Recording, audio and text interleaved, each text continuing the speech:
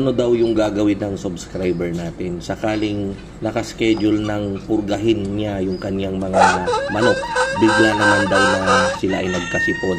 So ano daw yung pwede niyang gawing diskarte. Para sa akin, syempre nagkasipon, para sa akin unahin yung gamutin yung kanilang sipon bago nyo sila purgahin. Ang manok na may sakit, syempre yung sipon, may sakit din yan, pero although minor problem lang naman yan. Hindi nyo siya kailangang purgahin dahil nga sa may sipon siya. Kung ba mahina yung kanyang resistensya, mahina yung kanyang katawan, baka kapag pinurga nyo ay maging isa pang cause yan na lalo silang manghina dahil nga sa hindi kondisyon yung kanilang katawan.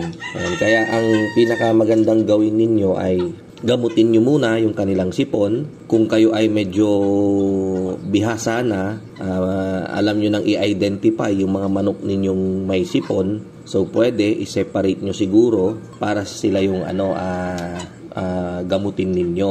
Gamutin nyo sila ng gamot para sa sipon. At ang gamot para sa sipon ay yung enrofloxacin. Ngayon, may mga technique din dyan. Pwede nyo rin siyang paliguan para yung mga, alam nyo po kasi yung manok kapag may sipon, syempre basa yung kanyang ilong. Ipinupunas po niya, pinapahid po niya yung kanyang ilong dyan sa kanyang pakpak. So, kahit na ginagamot po natin, andun pa rin yung virus sa kanyang pakpak. Bumabalik-balik lang po, matagal gumaling. So, ang best way din po dyan ay paliguan sila. Ayan, so paliguan nyo, lagyan nyo ng shampoo, and then ilublob din yung kanyang katawan. May iwan lang na hindi nakalubog yung kanyang ulo, yung mata niya, yung ilong niya, hindi makalanghap ng tubig. So, yan, papaliguan ninyo, haplos-haplosin ninyo ng inyong kamay yung kanyang mga pakpak. Ayan, para mawala yung bacteria or virus ng sipon. Ayan, and then after nyo siyang paliguan, ibilad nyo ng at least mga 1 hour. Lagyan nyo po ng bubong para hindi tumama directly yung init ng araw. Baka po mamatay. Ayan, doon lang po sa bandang mainit. And then kapag medyo natuyo na siya, pwede nyo na po siyang ibalik doon sa kanyang cages. Na kung saan yung cages na yon or yung manok na yon ay nakaseparate naman dun sa mga manok ninyo na walang sipon or dun sa main flock, dun sa inyong housing, nakaseparate siya.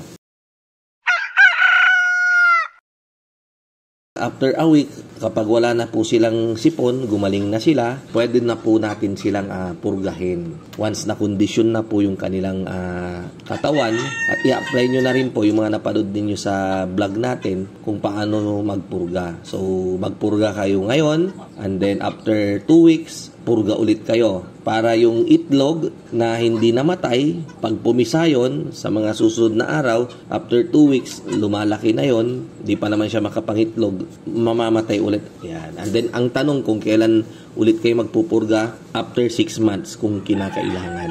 Yan. So, sana nabigyan ko po kayo ng kasagutan sa katanungan ng isa sa mga subscriber natin. At doon po sa mga nag-i-inquire ng RTL natin, may konti pa pong available na RTL natin na pang July 20. And then ang susunod na po ay yung pang August 5 na RTL natin. Kaya lang lately nung isang araw nag-text sa akin si Ma'am Marie Chris Mangahas from Pampanga at sila ay nagplaplanong mag-put up ng kanilang layer farm.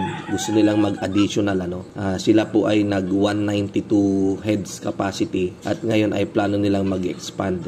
Nagtatanong po sila 10,000 heads. Gusto po nilang ipa-straight contract sa atin, housing, cages, and then RTL. Abangan po natin yan. Sakali buo pa yung pang August 5 natin, kaya baka yun yung possible na makukuha nila. Thank you po, thank you. Kita-kita po ulit tayo sa mga susunod nating vlog.